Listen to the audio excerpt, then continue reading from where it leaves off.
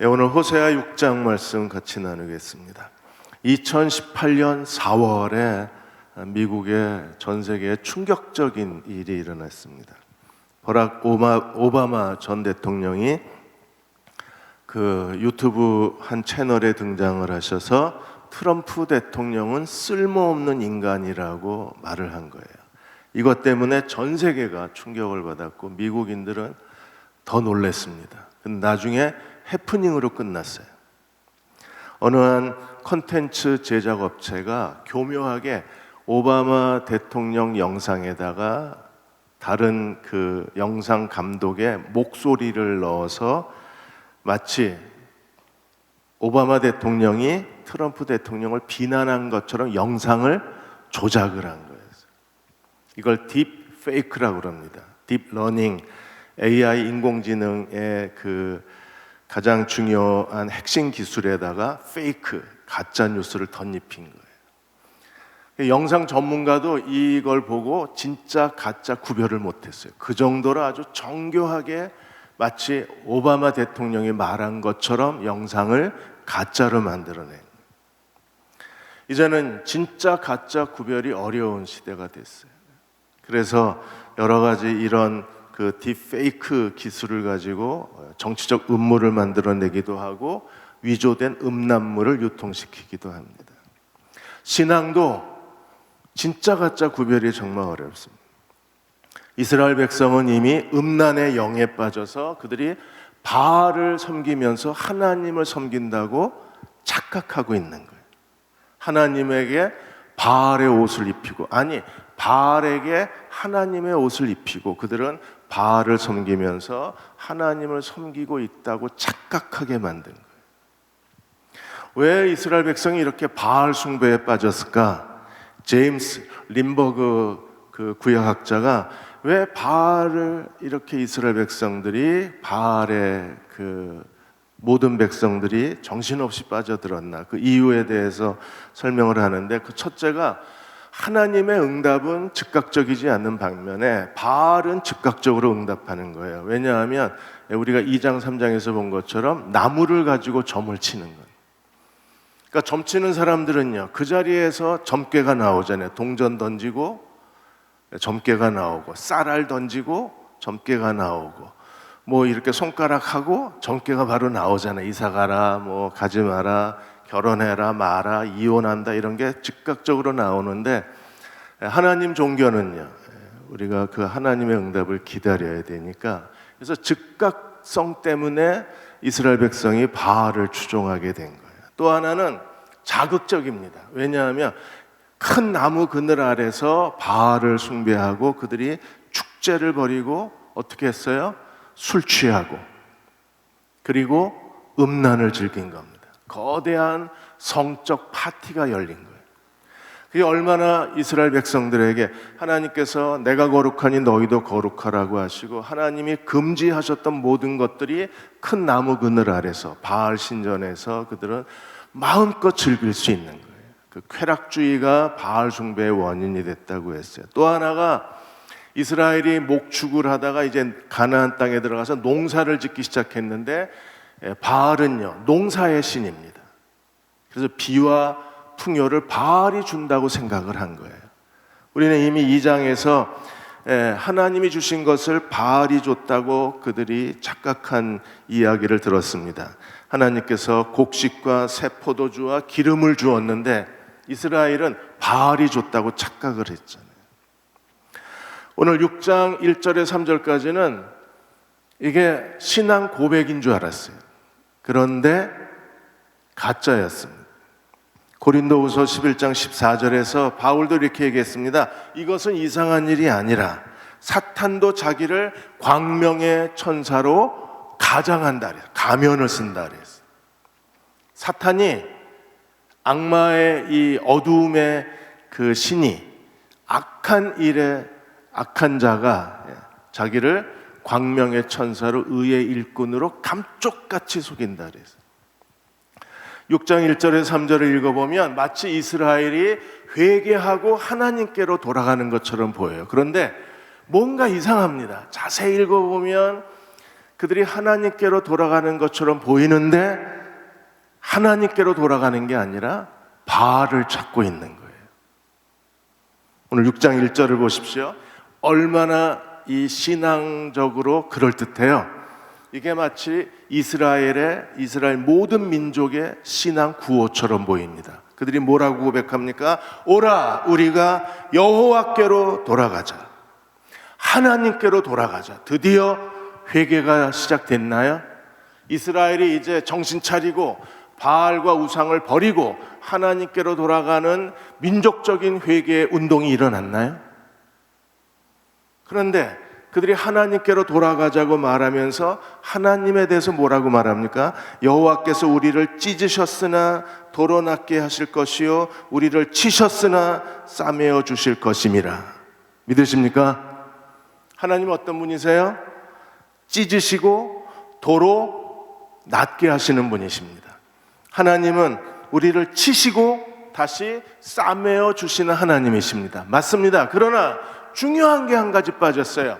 자기 죄를 회개하고 하나님께로 돌아와야 그래야 하나님이 회복해 주시는 분이세요. 분명히 5장 15절에 호세아 선지자를 통해서 하나님 뭐라고 말씀하셨어요? 너희가 너희 죄를 회개하고 내 얼굴을 찾으면 내가 너희를 회복하리라고 말씀하셨어요. 그런데 지금 이스라엘 백성은 여호와께로 돌아가자. 근데 죄에 대한 회개가 없어요. 그들이 원하는 하나님은 어떤 하나님입니까? 그들은 6장 2절에 보시면 여호와께서 이틀 후에 우리를 살리시며 셋째 날에 우리를 일으키시리니 우리가 그 앞에서 살리라. 이틀 만에 하나님이 살려주시고 3일 만에 일으켜 세워주셔서 하나님이 우리를 살게 하시리라. 이틀 만에 3일 만에 그들이 원하는 것은요, 하나님이 빠르게 짧은 시간에 그들이 원하는 시간에 하나님이 그들을 살리시고 일으키시고 하나님 앞에 살게 해주시기를 간구하고 있는 거예요. 죄에 대한 회개는 전혀 없어요. 그들은 자신들이 뭘 잘못했는지도 전혀 깨닫지를 못합니다. 그들이 원하는 것은 하나님이 그들을 다시 그들의 상처를 싸매주시고 하나님이 부셔뜨린 것들을 다시 건설해 주시고 그것도 이틀 만에 3일 만에 이루어 주시길 원하는 거예요.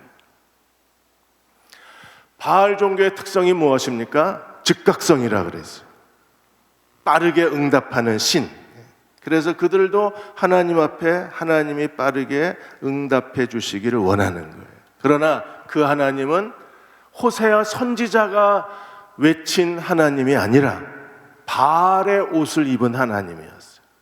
하나님 행세하는 바알에 대한 그들의 신앙 고백입니다. 이틀 만에 살려주시고 3일 만에 우리를 일으켜 주셔서 우리로 하여금 하나님 앞에 살게 해 주옵소서. 그런데 그 하나님은 이스라엘의 하나님이 아니라 바알이었어요.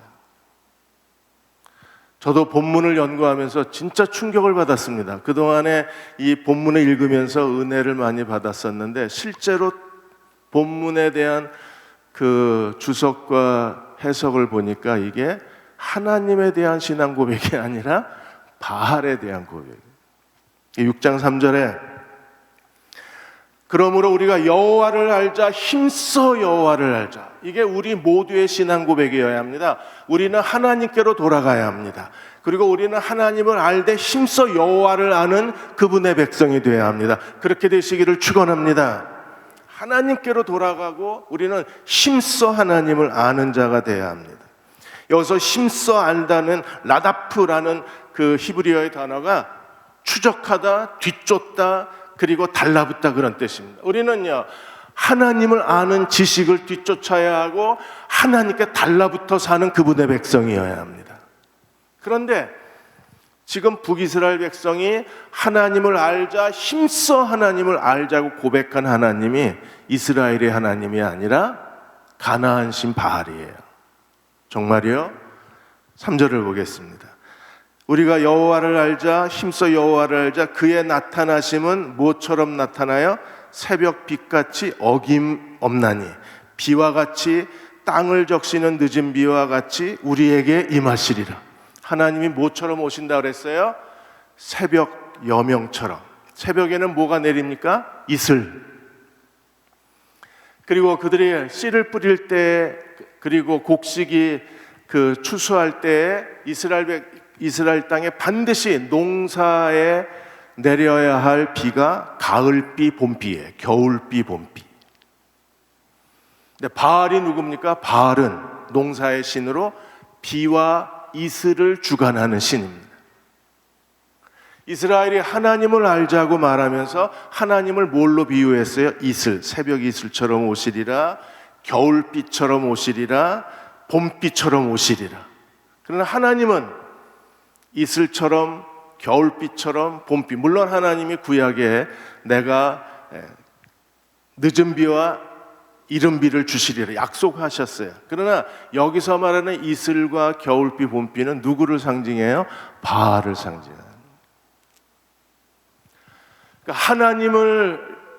하나님께로 돌아가자, 그리고 하나님을 알자고 외쳤지만 그들이 외친 하나님은 이스라엘의 하나님이 아니라 가나안 신 바알입니다. 오늘 우리도 하나님을 예배하는데 우리가 하나님을 예배하는 건지 아니면 샤머니즘, 인간이 만든 종교의 추종자인지 스스로 영적 분별력과 깊이를 가져야만 합니다. 국민일보 겨자씨에서 미신과 신앙이라는 칼럼을 쓰신 목사님이 계셨어요. 목사님이 많은 그리스도인들이 자칫하면 하나님을 알라딘의 요술 램프의 거인처럼 생각한다 그랬어요. 아라비안 나이트에 마법의 램프를 어떤 사람이 발견을 합니다. 그리고 마법의 램프를 문지르면 램프에서 뭐가 나와요? 거인이 나와요. 거인이 나와서 모든 소원을 다 들어줍니다. 주인의 소원을 다 들어줘요. 우리가 하나님을 마치 마술 램프의 거인처럼 착각한다는 거예요. 우리가 원하는 것은 다 들어주시는 하나님, 헬퍼 하나님. 내가 원하는 것은 언제든지 119를 누르면 와서 도와주는 119 소방대원처럼 하나님을 그런 마법의 램프 수준으로 여긴다는 거예요. 하나님이 우리를 도우시는 분이십니다. 그러나 우리 뜻대로 하나님을 조종할 수 있는 분은 아니신 거예요. 그래서 사무엘상 4장 이야기를 했습니다. 이스라엘 백성이 블레셋과의 전쟁에서 1차 전쟁에서 이스라엘 군대가 4,000명이 죽어요. 4,000명이 죽자 그 사울과 이스라엘 장로들이 어떻게 했습니까? 그 전쟁터에 하나님의 법궤를 가져옵니다. 하나님의 법궤를 가져오면서 그들이 뭐라고 얘기하여 이 법궤가 여호와가 우리를 이 전쟁에서 구원하시게 하죠. 법궤를 갖다 놓으면 법궤에 신통한 힘이 있어서 그들을 이 블레셋과의 전쟁에서 하나님이 이스라엘을 구원해 주실 거라고 믿었던 거예요. 그러나 법궤를 가져왔지만 어떻게 됐습니까? 다시 두 번째 전쟁에서 크게 패하고 법궤마저, 여호와의 거룩한 법궤마저 빼앗기게 된 거예요. 어떤 분들은 차 뒷좌석 뒤에다가 성경책을 하나 꼭 놔둡니다. 그 햇볕에 성경책에다 바랬는데도 성경책을 꼭 놔둬요. 이유가 거기에 성경책 놓으면 뒤에서 차가 와서 교통사고 안 날 거라고 믿으시고, 성경책 놔도 교통사고는 납니다. 성경책에 신통한 힘이 있는 게 아니잖아요. 그 하나님의 보호하심은 누구에 있어요? 하나님에게 있는 거지. 성경책에 있는 것도 아니고 십자가에 있는 것도 아닙니다. 물론 제 차에도 십자가를 하나 걸어놓긴 했지만 저는 십자가가 좋아서 걸어놓은 거지 그게 무슨 미신적인 영향력이 있어서 걸어놓은 건 아닙니다. 이스라엘의 6장 1절에 3절까지 그들이 하나님을 알자, 하나님께로 돌아가자 외쳤지만, 그러나 그 실상을 살펴보니까 그들이 하나님께, 이스라엘의 하나님을 찾은 게 아니라 바알의 하나님을 찾은 거예요.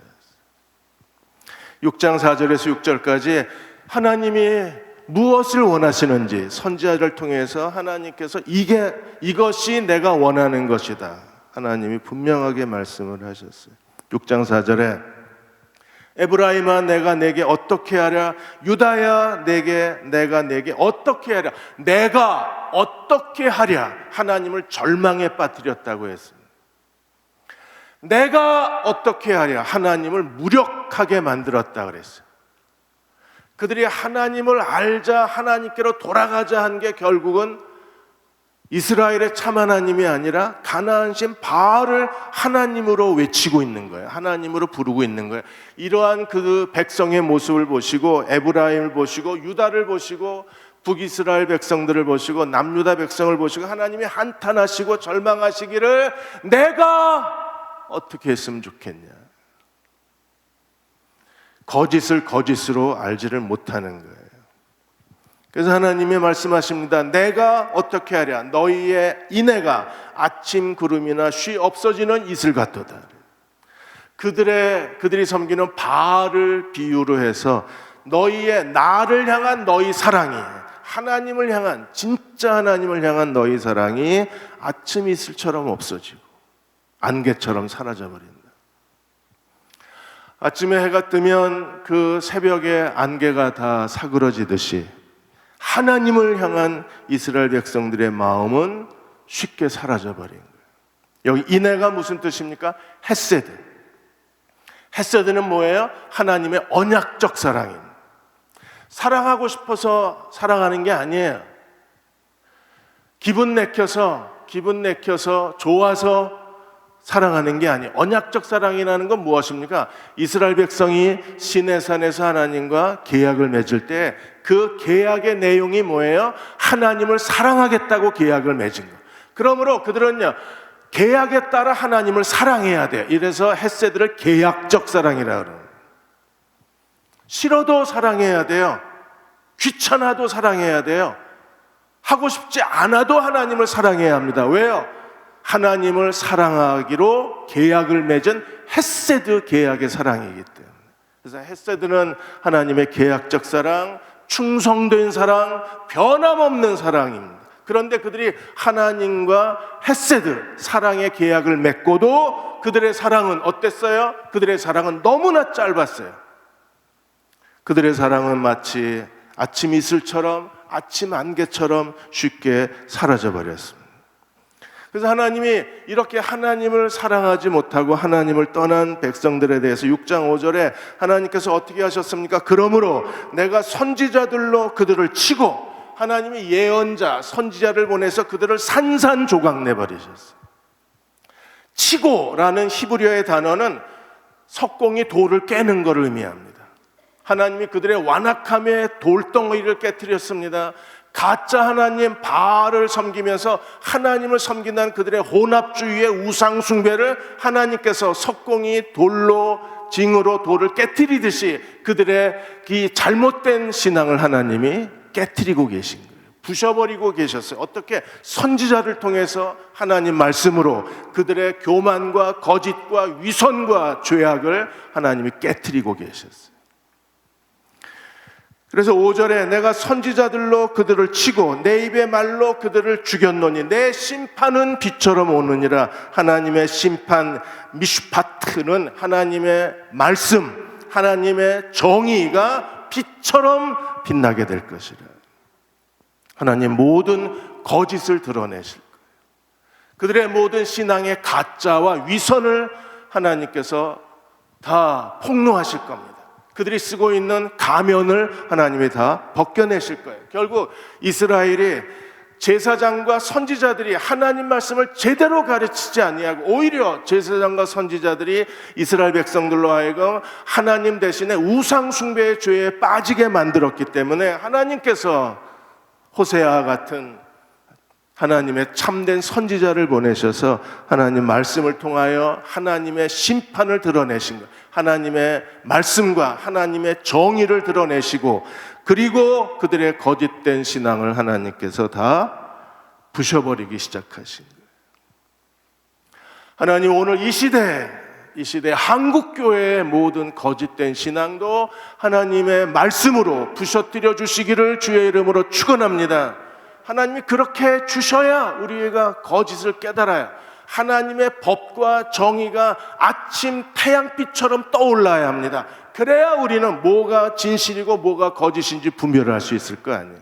한국 정치, 사회, 지금 한국 시민, 한국 국민들의 모든 그 정서적 흐름, 이 사회를 뒤덮고 있는 이런 현상들, 우리는 어떻게 해야 합니까? 하나님께서 이 시대에 참 예언자, 선지자를 보내주셔서 그 입의 말씀으로 모든 거짓을 드러내시고 하나님의 진실과 하나님의 말씀과 하나님의 공의가 드러나게 해주시도록 우리가 기도해야 돼요.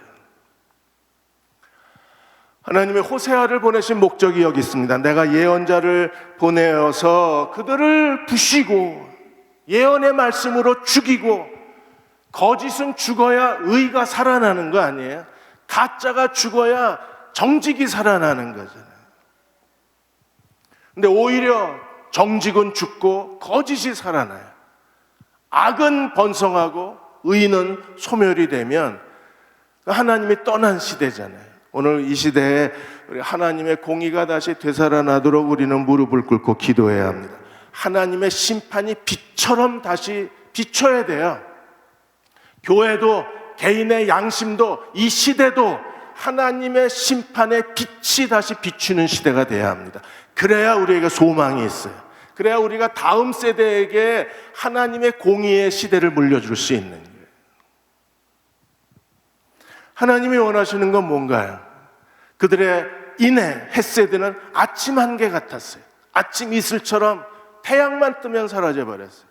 그래서 하나님이 6장 6절에 하나님이 무엇을 원하시는지 호세아 선지자를 통해서 예언의 핵심, 예언자를 통해서 주시는 하나님의 메시지의 가장 중요한 본질, 신앙의 본질이 무엇인가를 우리들에게 설명하셨습니다. 6장 6절에 같이 한번 읽겠습니다. 나는 인애를 원하고 제사를 원하지 아니하며 번제보다 하나님 아는 것을 원하노라. 아멘. 하나님은요, 헤세드, 나를 변함없이 사랑하기를 원한다. 하나님이 원하시는 것, 누가 진정으로 하나님을 섬기는 사람입니까? 누가 진짜 그리스도인이에요? 이 시대에 예수 그리스도를 따르는 그분의 제자들은 누굽니까? 하나님을 경외하는 사람들은 어떤 사람들입니까? 하나님이 기뻐하시는 하나님의 사람은 어떤 사람이에요? 변함없이 하나님을 사랑하는 사람.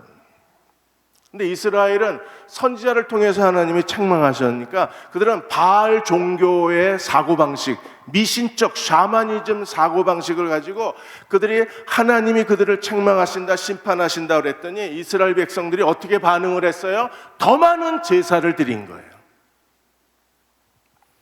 그들은 산골짜기에 산당에서 큰 나무 아래에서 그리고 마을 어귀에다가 제단을 차려놓고 그들은 하나님께로 돌아가는 회개 운동을 펼치면서 그들은요, 하나님을 기쁘시게 하기 위해서 바알에게 더 많은 제사를 드린 거예요.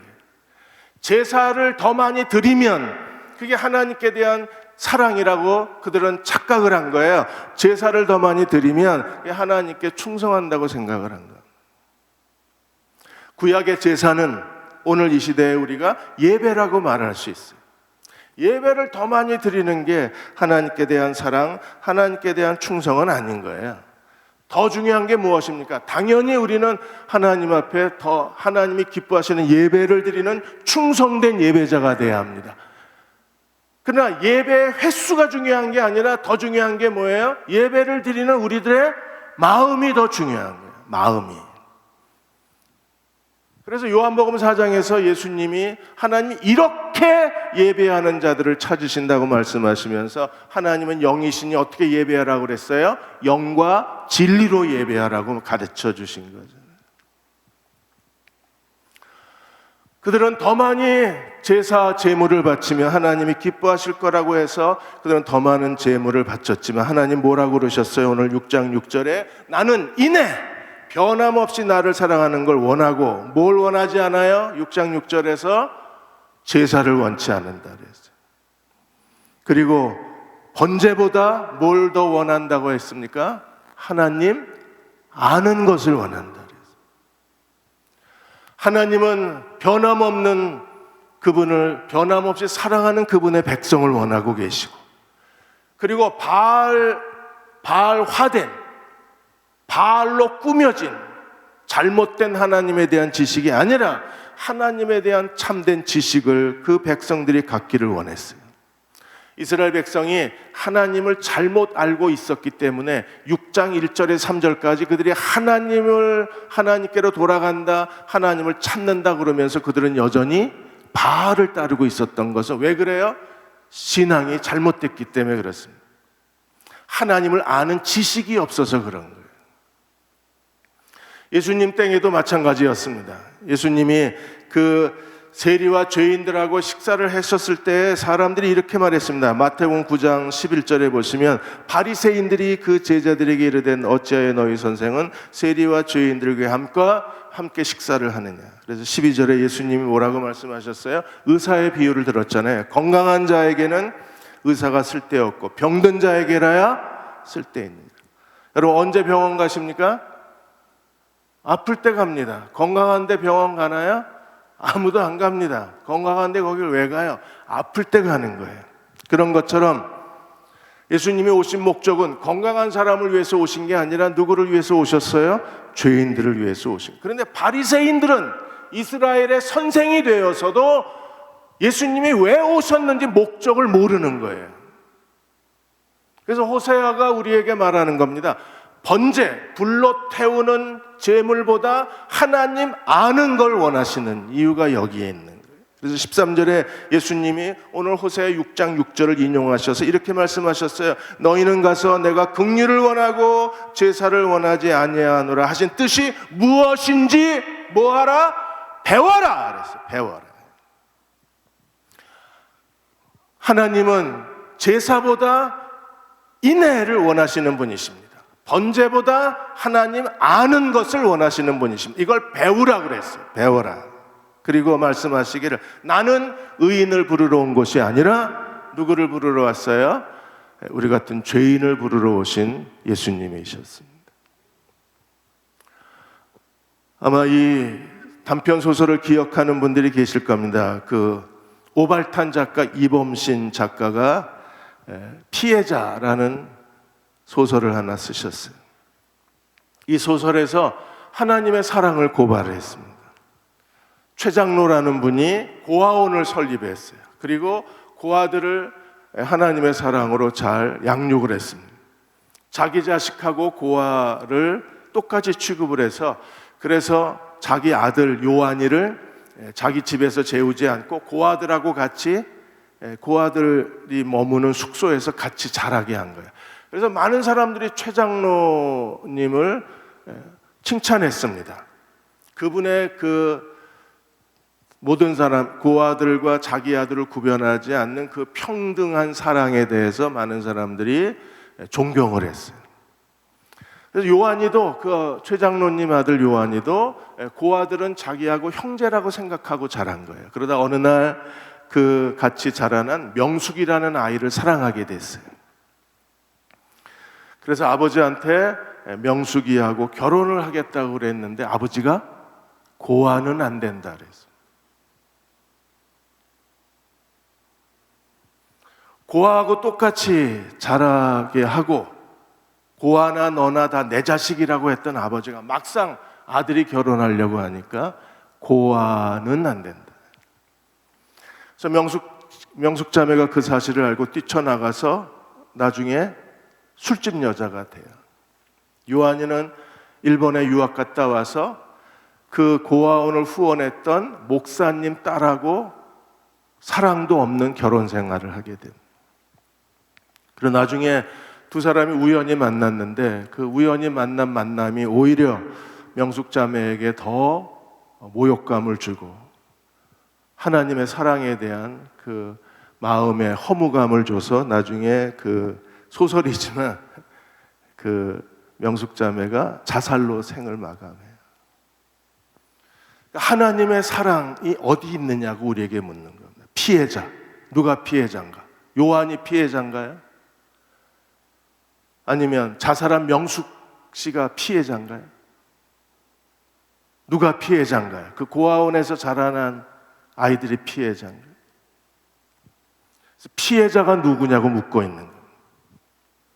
신앙의 진실이 어디 있느냐는 거예요. 예수님이 세리와 죄인과 식사했다고 해서 비난했던 바리새인들. 그러나 예수님 말씀하시기를 나는 의인을 부르러 온 것이 아니라 죄인을 부르러 오셨다고 말씀하셨어요. 그 결과는 정말 비참합니다. 6장 7절에서 11절까지 하나님 없는 이스라엘 공동체는 모든 폭력과 범죄에 완전히 사회가 무너져 버리고 말아요. 이제 6장 7절에 그들은 아담처럼 언약을 여기고, 여기서 아담은 창세기 1장, 2장, 3장에 나와 있는 아담으로 해석하는 분들도 계신데, 그러나 아담처럼 언약을 여기고 거기에서 나를 반역했다고 했을 때 이 아담은 창세기 하나님이 처음 창조하신 아담을 의미하기도 하지만 또 여호수아서에 나와 있는 여호수아 3장 16절에 보시면 약복강가 근처에 아담이라는 동네가 있어요. 도시가 있습니다. 그래서 어쩌면 그 도시에서 일어난 폭력적 행위를 의미할 수도 있습니다. 구약신학자 루돌프는 말하기를 아마도 아담이라는 도시에서 뭔가 정치적 조약을 파괴하고 배반하는 일이 일어났을 것이다. 호세아 당시에. 우리는 알 수 없지만 호세아 당시에 사람들은 다 알고 있었을 겁니다. 8절에 길르앗은 피 묻은 도시, 악의 도시였다. 그리고 9절에 심지어 제사장들마저도 강도떼로 돌변해서 세겜은요 거룩한 장소입니다. 이스라엘 백성이 가나안 땅을 정복하면서 여호수아 8장에서 세겜에서 그리심산 에발산에서 하나님과 언약을 다시 체결했던 거룩한 곳이 세겜이에요. 여호수아가 죽기 전에 이스라엘 백성과 계약을 맺었던 곳도 세겜입니다. 그 거룩한 도시로 가는 길을 제사장들이 강도떼가 되어서 사람들을 해치고 있는 현실, 그게 호세아 당시의 사회적 모습이었어요. 6장 10절에 하나님께서 북이스라엘 집에서 가증한 일을 보았나니, 거기서 에브라임은 은행을 하고 이스라엘은 더럽혀졌다. 그들 우상 숭배로 인하여 북이스라엘은 음행과 더러움에 빠졌습니다. 유다는 괜찮나요? 11절에 또한 유다여 내가 내 백성의 사로잡힘을 돌이킬 때 내게도 추수할 일을 정하였노라. 하나님이 유다에게 이렇게 말씀하십니다. 내 심판의 때가 결정이 됐다 그랬어요. 북이스라엘이 망하고 그 뒤에 남유다도 심판의 때가 결정이 됐습니다. 하나님이 그들의 운명을 바꾸실 거라 그랬어요. 그래서 유다도 바벨론의 포로로 끌려가서 그들의 운명이 바뀌어졌어요. 70년 동안 식민지 포로 생활을 해야 했었습니다. 왜 이렇게 됐어요? 하나님이 뭘 원하시는지를 몰랐던 거예요. 하나님이 우리에게 원하시는 게 무엇입니까? 나는 인애를 원하고, 변함없는 사랑을 원하시는 분이십니다. 이스라엘은 이미 하나님이 쉐마, 신명기 6장 4절에서 7절까지 쉐마를 통해서 하나님이 뭘 원하시는가를 이미 가르쳐 주셨어요. 그런데 망각한 겁니다. 잊어버린 겁니다. 그냥 무의미하게 생명력도 없고 기쁨도 없고 활력도 없는 그런 형식적 신앙으로 남아있던 거예요. 그들이 다시 되찾아야 할 신앙의 본질이 무엇입니까? 그게 신명기 언약입니다.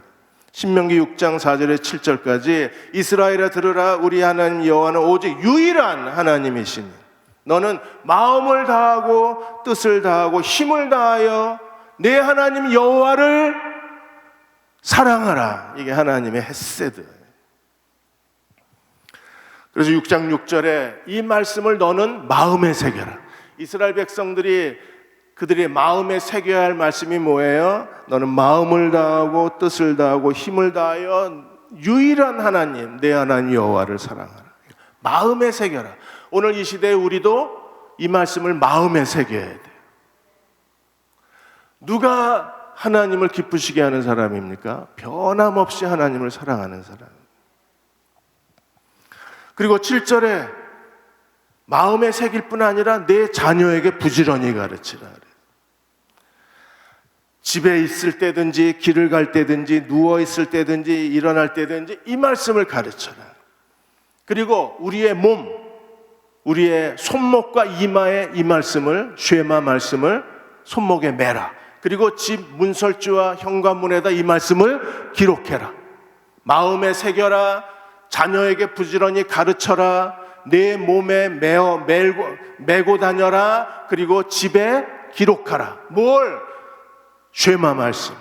하나님은 오직 한 분이신 하나님이신 마음을 다하고 지정의, 인격을 다하고 뜻을 다하고 성품, 우리의 영혼을 다하고 힘을 다하여 메오드, 우리의 소유와 능력을 다해서 하나님을 사랑하는 사람들이 되어야 합니다.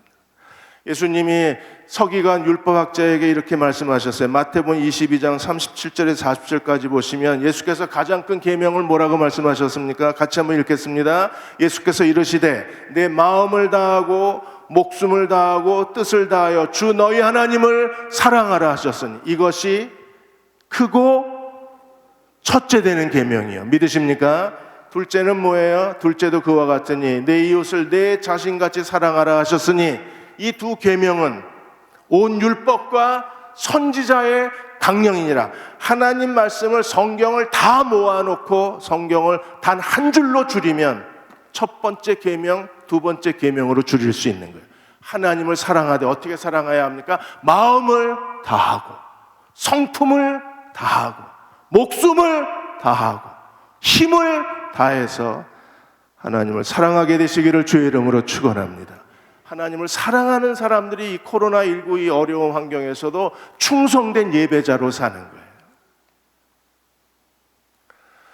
온라인 예배 드리면서 3040 사람들이 사라져갑니다. 왜 그래요? 이제 코로나 핑계대고 아예 예배를 안 드리는 거예요. 집에서 지금 이 시간에 예배 드리시는 분들은 정말 하나님 사랑하는 사람들입니다. 예배당에 와서 예배를 드리던 집에서 옷을 갖춰 입고 그리고 아이들과 가족과 함께 예배 드리시는 분들은 정말 마음을 다하고 뜻을 다하고 힘을 다해서 하나님 사랑하는 사람. 그들이 충성된 예배자가 돼요.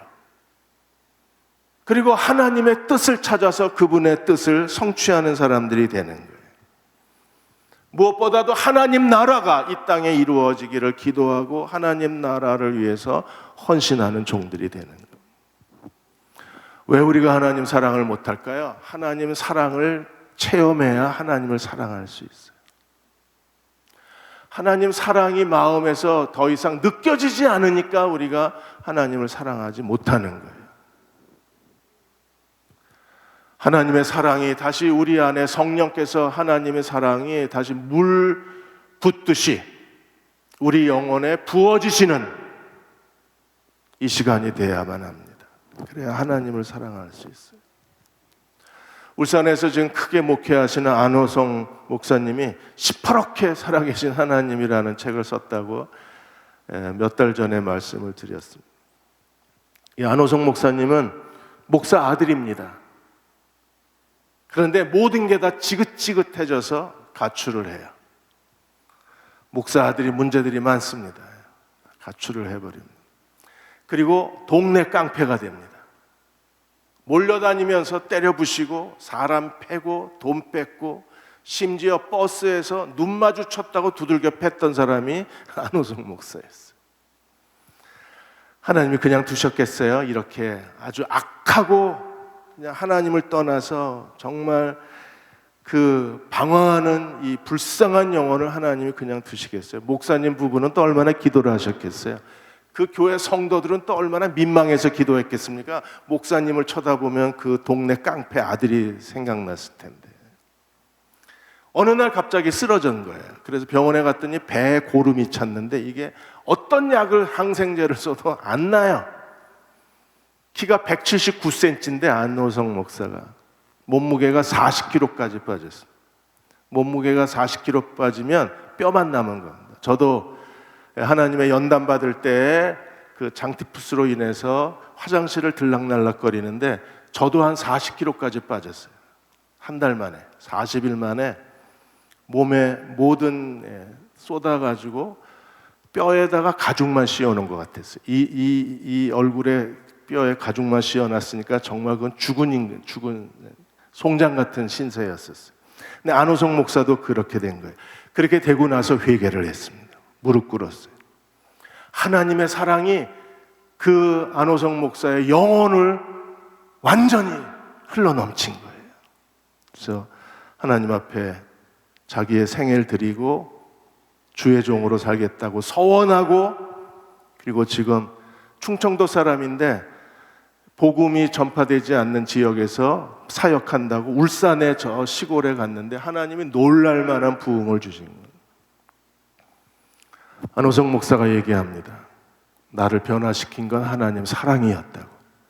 그리고 자기가 지금 살아가는 이유는 하나님을 사랑하는 거라고. 그렇게 되시기를 주의 이름으로 축원합니다. 이제 우리 선 목사님하고 찬양팀하고 온 맘 다해 주 사랑하리, 생명 다해 주 사랑하리, 뜻을 다해 사랑하리. 우리 이 말씀을 가지고 같이 찬양하겠습니다. 찬양하시면서 성령님, 하나님 사랑이 다시 내 안에 흘러넘치게 해주십시오. 이렇게 기도하며 찬양하겠습니다.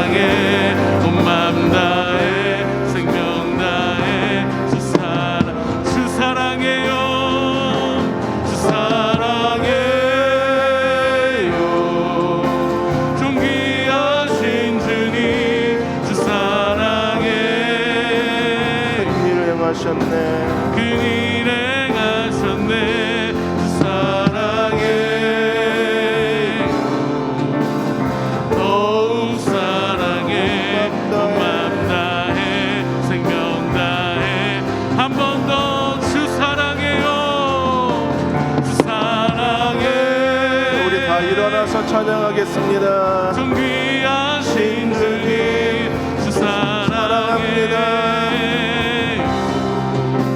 그니 행하셨네 사랑합니다.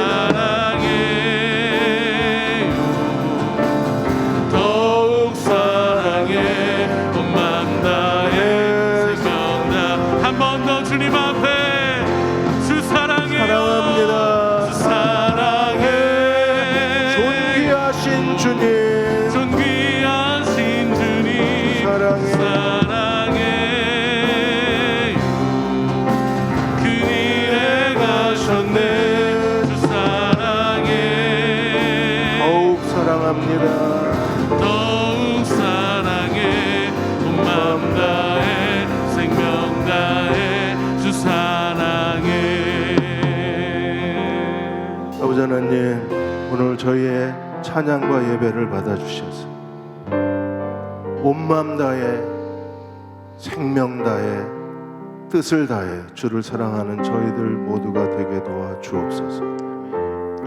올해 고3 학생들 힘든 시간 보냈습니다. 수능을 앞두고 대규모 유행이 계속 확산되고 있습니다. 그들을 보호해 주옵소서, 지켜 주옵소서. 더 나은 교회 개척 준비가 하나님 은혜 가운데 진행되게 해주셔서 감사합니다. 기도와 후원과 동역자들을 크게 더하여 주시고 코로나19로 고통받는 우리 이웃과 지체들을 하나님이 돌보아 주옵소서. 지금은 우리를 죄에서 구원하신 우리 주 예수 그리스도의 은혜와 하나님 아버지의 그 크신 사랑하심과 성령의 위로하고 도우신 은혜, 11월 마지막 주일 예배를 드리고 돌아가는 모든 교우와 가정과 자녀들 위해 지금부터 영원히 함께 하시기를 간절히 축원하옵나이다. 아멘.